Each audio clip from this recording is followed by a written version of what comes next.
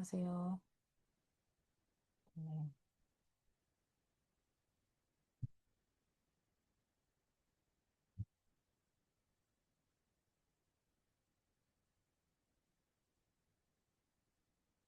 네, 네, 보강 시작하도록 하겠습니다. 자, 우리가 지난번에 요 내용까지 배웠습니다. PPT 13초까지 우리가 배웠고요. 오늘은 이어서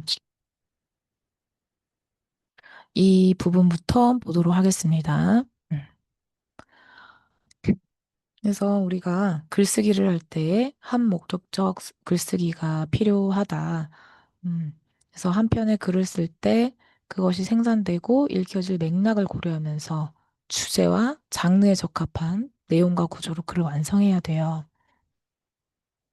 그래서 필요한 지식이 내용 지식과 맥락 지식인데 내용 지식은 말 그대로 그 주제, 쓰기의 대상이 되는 그 주제와 관련된 지식을 얘기를 하고 맥락 지식은 이제 독자, 그다음에 담화 공동체 관습 지식, 그다음에 이제 장르 관련 지식 해서 제 표 9-4쪽 그 여러분이 좀 확인하면 좋을 것 같습니다. 책의 표 9-4를 한번 확인해 보고요. 그다음에 이 주요 장르가 있는데 이거는 이제 넘어갈게요. 자, 그다음에 우리가 이제 텍스트성이라는 요 개념을 좀 이해를 할 필요가 있어요. 텍스트성.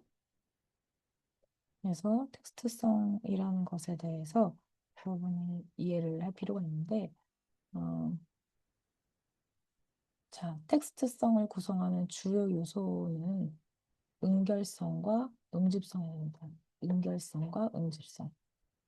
음. 그래서 응결성은 이제 영어로 보면 커, 죄송합니다.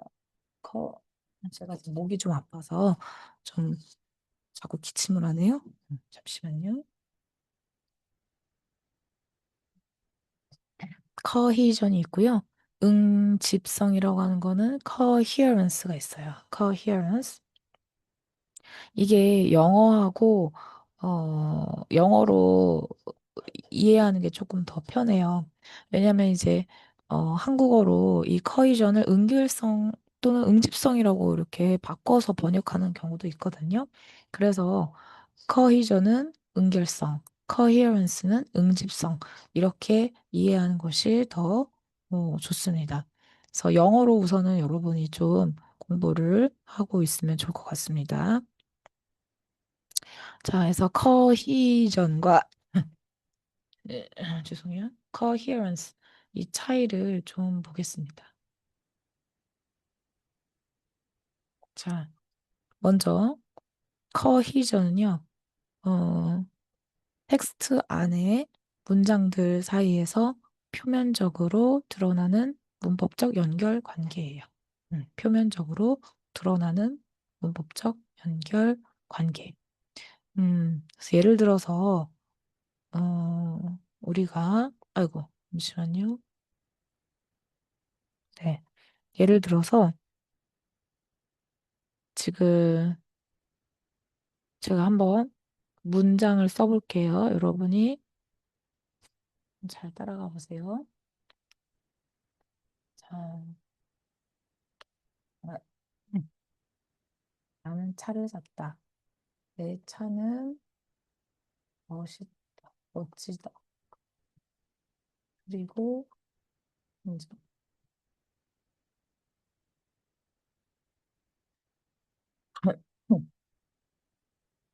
이런 텍스트가 있고요. 그 다음에 이제 두 번째 텍스트.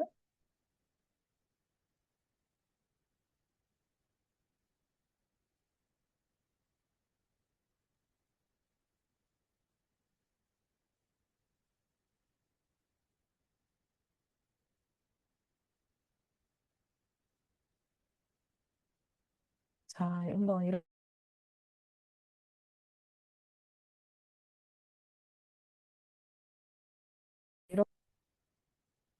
텍스트를 한번 보겠습니다.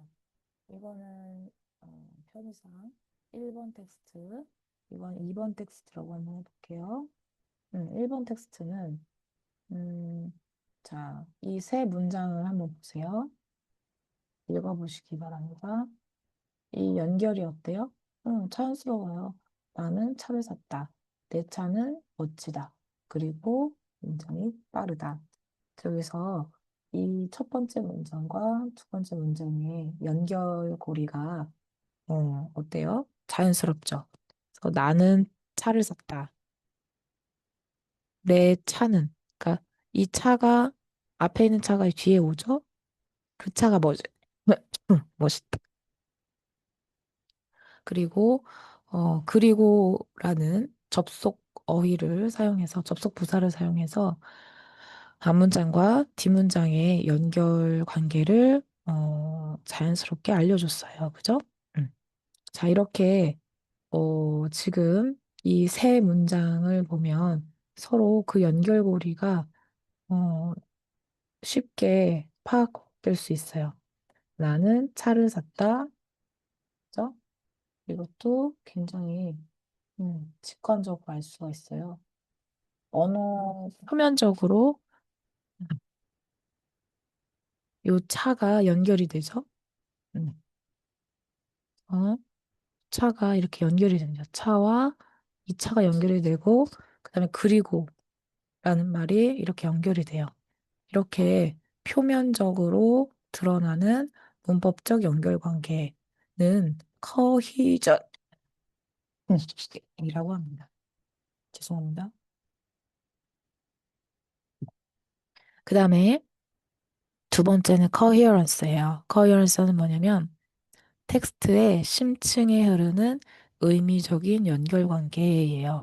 그래서 나는 차를 샀다. 내 소나타는 멋지다. 바퀴도 크고 튼튼하다라고 했어요. 자, 여기 차를 샀는데 차라는 똑같은 단어는 여기 두 번째 단어에 반복되지 않았어요.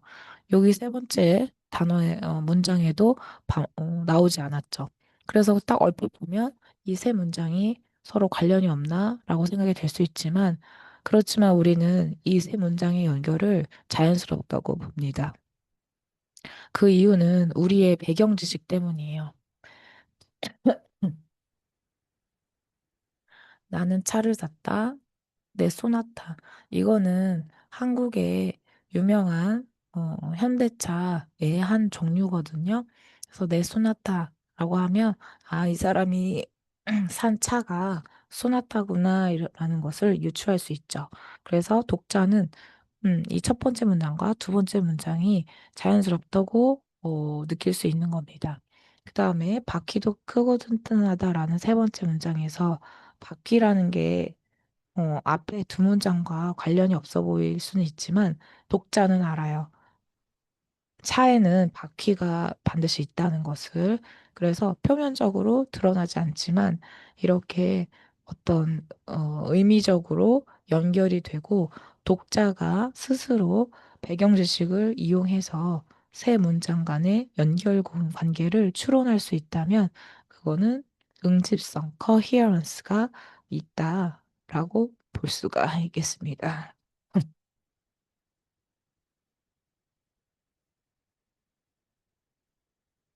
네. 그래서 이렇게 텍스트성을 구성하는 주요 요소 첫 번째와 두 번째를 한번 비교해 봤어요. 자, 제가 요 활동지를 우리 LMS에다가 올릴 거예요. 그래서 여러분이 이 활동지를 어, 자, 풀면 됩니다. 그래서 요거 푸는 거가 여러분 과제입니다. 음. 그래서 여기 보면 그는 학교에 갔다. 그리고 그는 도서관에도 갔다.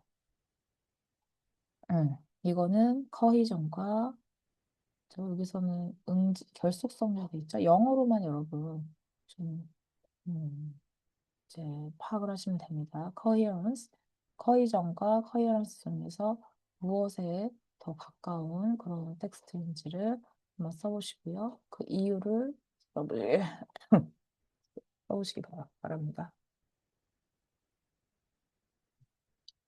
음.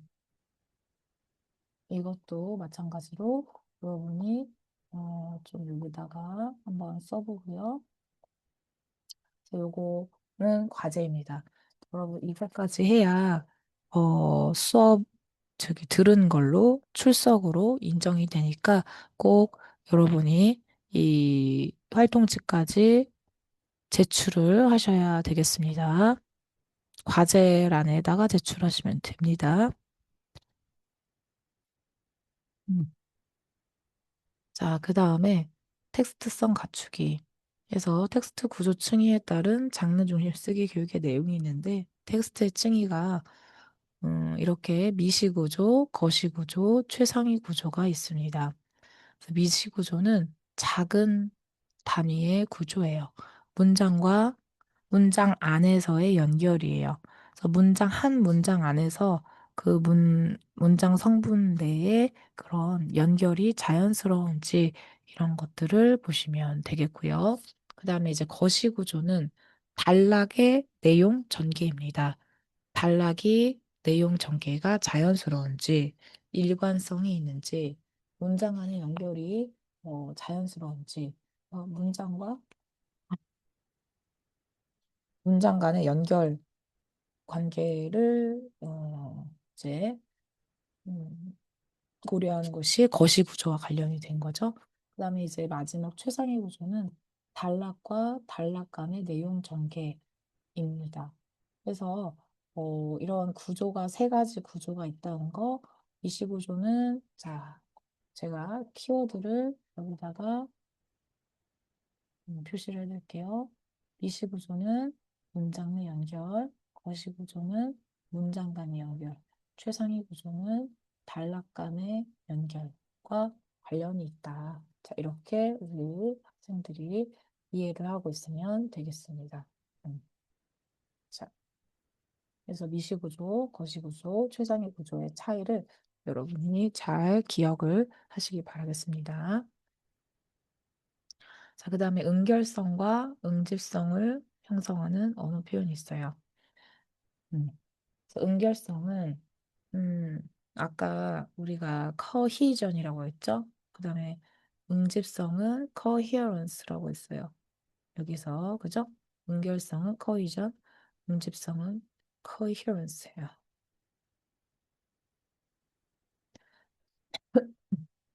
그래서 응결성과 응집성을 형성하는 언어 표현들은 이런 것들이 있어요. 첫 번째는 지시사 등의 어휘와 아시다시피 예컨대 등의 의미구조 표시입니다. 그다음에 기능 표현에는 뭐뭐란 뭐뭐다, 뭐뭐를 의미한다, 뭐뭐란 뭐뭐를 뜻한다. 이렇게 정의하기라는 기능을 표현하기 위한 다양한 그런 언어적인 표현들이 있어요. 그런 것들이 이제 응결성과 응집성을 형성하는 표현의 예시라고 볼 수 있고요.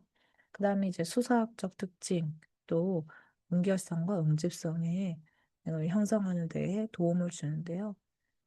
장르별 전형적인 내용 전개 방식. 예를 들어서 이메일을 쓸 때 어떤 처음에 인사말은 뭐를 쓰고 그다음에 본문에는 뭐를 쓰고 결론에 마무리는 어떻게 하는지 논설문을 쓸 때, 신문 기사문을 쓸 때 장르에서 어떤 전개 방식을 따르는지 이런 것들과 관련된 지식이 수사학적 특징 그런 것도 역시 응결성과 응집성을 형성하는 표현들이라고 볼 수 있겠습니다. 자, 여기까지 텍스트성 갖추기라는 제목으로 함께 살펴봤고요. 그 다음에 이제 세 번째 단계별로 글쓰기예요. 단계별로 글쓰기. 그래서 단계별로 글을 쓴다는 것이 무엇을 의미하는지, 자, 결과보다 과정을 중시하는 그런 쓰기 방법에서 단계별로 글 쓰는 형식을 취하게 되는데요. 미숙한 필자일수록 쓰기가 막연하게 느껴지기 마련이에요. 그리고 잘 쓰는 능숙한 필자라도 이제 단계별로 글을 쓰는데 익숙해질 경우에 텍스트 생산이 좀 더 효율적입니다. 자, 이렇게 단계별로 글을 쓸 때 장점이 뭐가 있냐면, 여기 나와 있다시피, 쓰기 단계별로 이런 해야 할 것을 명확히 제시하면 학습자의 쓰기 부담이 줄어들 가능성이 높고요. 그 다음에 단계별로 적절한 피드백이 이루어질 경우 글의 완성도를 좀 더 높일 수 있습니다. 그래서 선생님들이 단계별로 쓰게 하는 게 조금 힘들어하긴 하지만 학생들 입장에서는 확실히 도움이 된다. 자, 그럼 한국어 교육 현장에서 단계별로 쓰기 단계가 어떤 식으로 이루어지고 있는지를 한번 보면요. 과정 중심의 쓰기 강조가 이루어집니다. 그래서 과정적 쓰기에서는 보통 구상하고, 초고 쓰고, 다시 쓰고, 완성하고, 이렇게 네 단계를 거치게 됩니다. 근데 이거는 피드백 여부에 따라서 또는 횟수에 따라서 몇 단계가 더 추가되기도 합니다. 그래서 이런 식의 그 과정이 이루어지는데요. 이거는 그냥 그렇구나 하고 넘어가시면 돼요. 자, 그래도 이제 학생들한테 이제 목적에 맞게 그 쓰기 단계를 알려준다면 이러한 장점이 있어요. 학습자들이 글쓰기를 계획하고 마무리하기까지의 그런 전 단계를 예측할 수 있게 해주고요. 그 다음에 글쓰기가 막연하게 느껴진 학습자들에게는 나침반처럼 기능을 할 수 있기 때문에 굉장히 유용한 지식이 될 거라고 생각을 합니다. 그리고 이제 의사소통을 목적으로 이루어지는 쓰기의 성격들이 있어요. 그래서 이거는 쓰기가 단순히 혼자 쓰고 많은 것이 아니라 어, 사회적 성격을 지녔다. 그러니까 사람과 사람 간의 의사소통이 목적이 되는 그런 쓰기다. 이렇게 보는 거죠. 그러니까 여기서 또 뭐가 중요해져요? 윤리성이 중요해진다.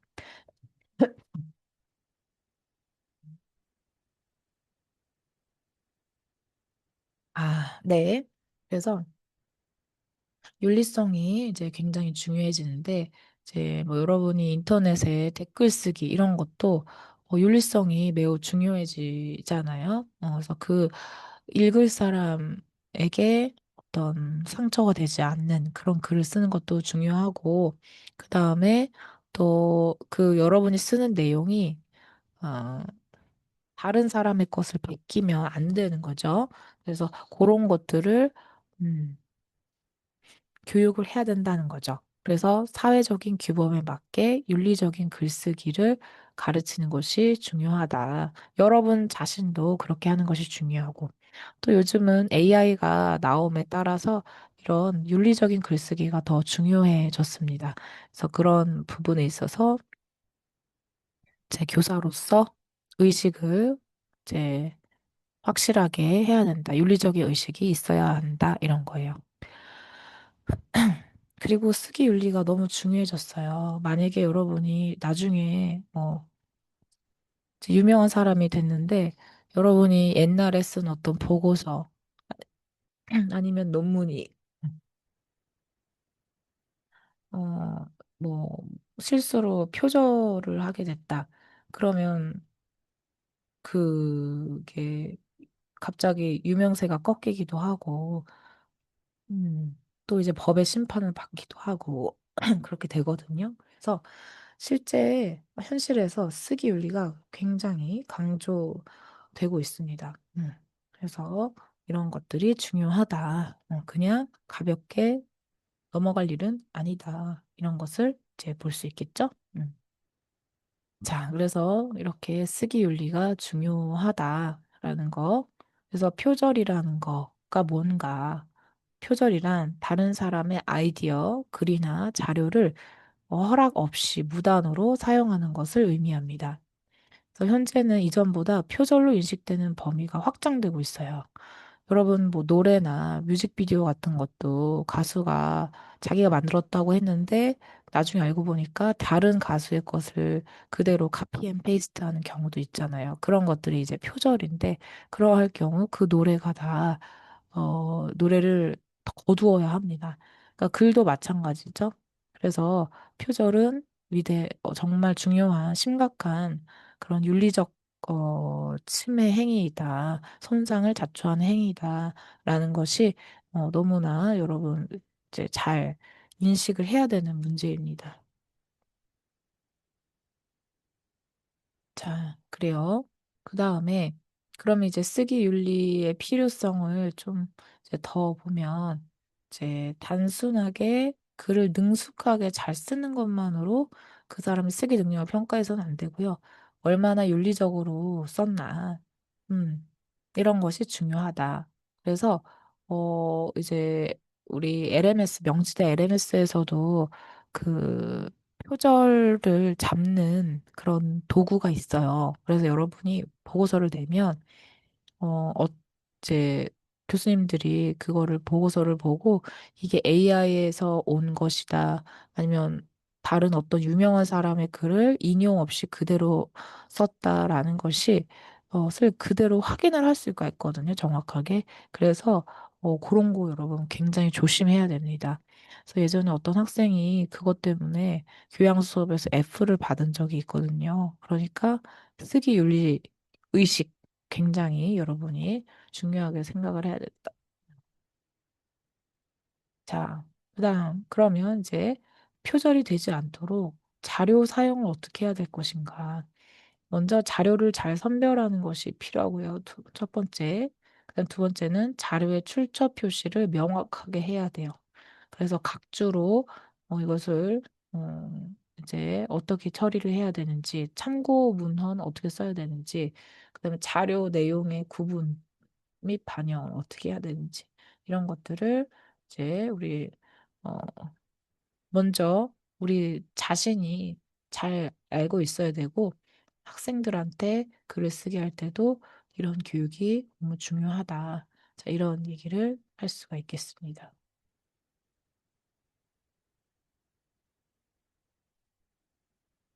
네. 자, 그러면 지금까지 여러분 쓰기 교육의 내용을 한번 봤는데요. 자, 마지막에 연습 문제가 있어요. 자, 연습 문제가 있죠. 자, 다음은 해외 대학에서 교양 과목으로 초급 한국어 수업을 듣는 학생이 자신의 하루에 대해서 쓴 글이다. 이 학습자가 좀 더 능숙한 한국어 필자가 되기 위해서는 교사가 무엇을 더 교육해야 할지 메모해 보자. 자, 그래서 여러분 이거를 한번 잘 보고 여기서 필요한 교육 내용 그리고 그 이유는 무엇인지를 쓰는 것까지 해서 과제를 제출해야 이제 출석으로 인정이 됩니다. 여기 더 필요한 교육 내용은 앞에서 우리가 다 배웠던 그런 내용 있죠. 이런 것들. 여기 보면 이제 쓰기 교육의 내용이 이제 이런 것들 있죠. 이렇게 이런 내용 체계 우리가 배웠던 이런 이론적인 내용, 이런 거를 여러분이 개념들을 그쵸? 여기도 있죠? 이런 쓰기 지식 체계, 이런 게 있죠? 우리가 배운 이런 개념들을 여러분이 사용해서 뒤에 요 문제를, 잠시만요. 요거 문제를 여러분이, 풀기 바랍니다. 네.